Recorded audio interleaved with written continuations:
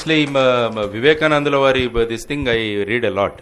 కాబట్టి ఆయన అన్నారు అనమాట, a job of a teacher is not to translate what is there in the books.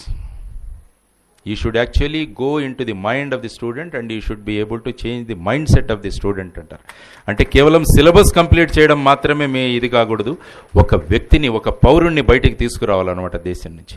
ఒక 130 కోట్ల మంది భారతదేశం ఈ గేట్ల బయట ఎదురు చూస్తున్నారు. ఎప్పుడు ఒక కలాం బయటకు వస్తారా ఈ కాలేజ్ నుంచి, ఎప్పుడు ఒక వర్గీస్ కురియన్ బయటకు వస్తారా ఈ కాలేజ్ నుంచి, ఎప్పుడు ఒక డాక్టర్ బాబాసాహెబ్ అంబేద్కర్ వస్తారా ఈ కాలేజ్ నుంచి, ఎప్పుడు ఒక వరప్రసాద్ రెడ్డి గారు లాంటి వ్యక్తులు ఈ కాలేజ్ నుంచి బయటికి వస్తారా అని చెప్పేసి 130 కోట్ల మంది ప్రజలు మీకోసం ఎదురు చూస్తున్నారు. మరి అలాగా వస్తారా మీరు బయటికి? అలాగా వీళ్ళు రావాలంటే ఆ విధమైన వాతావరణం నిర్మించడం టీచర్ల ఒక ఉద్యోగం అన్నమాట.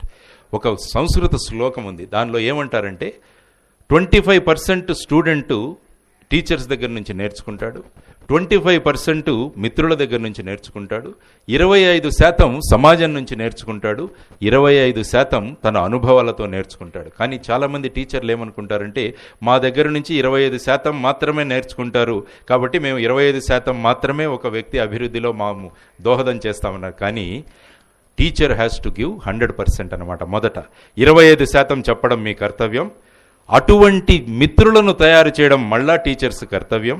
అందువల్ల 50% అయిపోయింది. ఆ తరువాత వాళ్ళు చుట్టుపక్కల ప్రపంచం నుంచి ఇటువంటిది నేర్చుకోవడానికి వాళ్ళలో ఉత్సాహం నింపడం 25%. అందుకనే డిస్టింక్షన్ ఈజ్ 75% అంటారు. డిస్టింక్షన్ 75% పెట్టడానికి కారణం ఇదే. అంటే టీచర్ల దగ్గర నేర్చుకున్న 25%, మిత్రుల దగ్గర నుంచి నేర్చుకున్న 25%, తనంతకు తను నేర్చుకున్నది 25%. ఎప్పుడైతే ఈ 3 కలుస్తాయో ఒక వ్యక్తికి డిస్టింక్షన్ అవుతుంది. వాడు బయటికి వెళ్ళి ఇంకొక 25% నేర్చుకొని 100% అవుతాడనమాట. కానీ ఈ అన్నిటినీ క్రియేట్ చేయాల్సిన బాధ్యత ఉపాధ్యాయుడి మీదే ఉందన్నమాట. అందుకనే చిన్నప్పుడు స్కూళ్ళలో వాళ్లను ఉపాధ్యాయులు అంటారంటే అధ్యయనం చేస్తారనమాట, వాళ్లతో వాళ్ళు చేస్తారు. తర్వాత స్థాయిలో లెక్చరర్స్ వస్తారు, అంటే లెక్చర్ ఇస్తారు వాళ్ళు. ఆ తర్వాత రీడర్స్ అవుతారనమాట, అంటే దే కమ్ అండ్ రీడ్. తర్వాత వచ్చేసి ప్రొఫెసర్స్ అవుతారు. ఈ విధంగా 4. ప్రతి ఒక్క స్థాయిలో ఏ విధంగా ఉపాధ్యాయుడు ఉండాలన్నది కూడా మన పురాణాల్లో రాసి ఉన్నారన్నమాట. There is everything that is there available in our epics. కానీ మనం అది చదవకుండా 7 habits of highly effective people ప్రతి ఒక్కరు కొనుక్కొని వచ్చేస్తాం మేనేజ్మెంట్ బుక్ బయట, కానీ అది ఓపెన్ చేయవు. కానీ మహాభారతంలో దుందుమారుడి కథను చదివితే మీరు ఆ 7 habits of highly effective people వ్యాసుడు ఎప్పుడో మన పుస్తకాల్లో రాసి ఉంచాడు అనమాట. కానీ మనం అటు సైడ్ వెళ్ళట్లేదు. మనకెప్పుడు anything Indian we don't like, everything we look at the western. అమెరికాలో చేస్తున్నాడా 3/4 వేసుకొని తిరుగుదాం, అమెరికన్ వాడు వేసుకున్నాడా స్లీవ్లెస్ జాకెట్, మనం కూడా స్లీవ్లెస్ వేసుకొని ఇంట్లో తిరుగుదాం. ఇంటికి ఎవరైనా అతిథి వస్తే ఇయర్ ఫోన్స్ పెట్టుకొని హాయ్ అంకుల్ అని చెప్పేసి వెళ్ళిపోయే యువత చాలామంది కనిపిస్తుంది అనమాట నాకు. వచ్చిన అంకుల్తో కూర్చొని అంకుల్ మీరు ఏం చేస్తున్నారు, మీరు ఏ విషయం చేస్తున్నారు, ఇది నేర్చుకున్నామా ఎప్పుడైనా మనం? మనకేముందంటే మాకు గూగుల్ ఉంది అంటారు. ఎవ్రీథింగ్ వీ హ్యావ్ గూగుల్, మాకు ఎవరి సంబంధం లేదని వెళ్తున్నారు. క్యారెక్టర్ తప్ప everything Google will teach. If you want to learn character you have to go to Guru. Guru is our Google. GPS important కాదు, మన ఇక్కడ GPS important. It is called Guru position system, not global position system. కాబట్టి అటువంటి గురువులతో పాటు మనం జ్ఞానాన్ని నేర్చుకోవాలన్నమాట. మీరు చదివింటారు వినాయక చవితి రోజు కథ. గణపతి కుమారస్వామి మధ్య కాంపిటీషన్. ఎవరు ముందుగా వెళ్ళి అన్ని ప్రదేశాలు తిరిగి వస్తే వాళ్ళకి ఆ ఆధిపత్యం దొరుకుతుందన్నమాట, దేవతల మీద ఆధిపత్యం.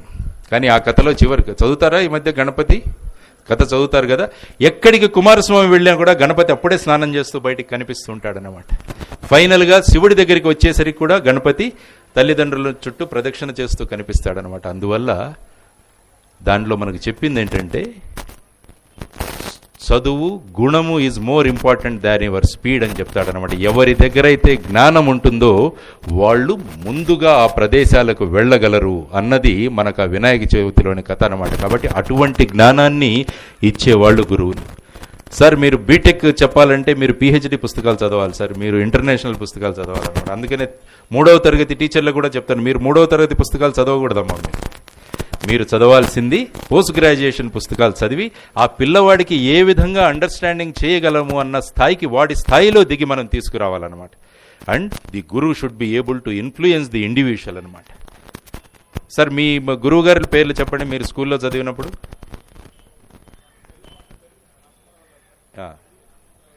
ఎస్ ఎస్, మీరు హనుమంతరావు గారా నరసింహారావు గారా తెలుగు మాస్టర్?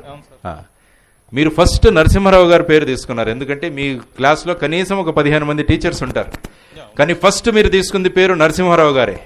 ఎందుకంటే ఆయన మీ జీవితాన్ని ఇన్ఫ్లుయెన్స్ చేశారు కాబట్టి ఆయన పేరు తీసుకున్నారు.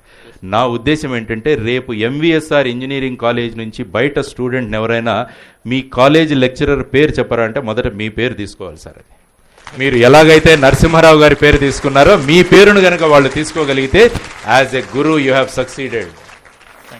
చాలా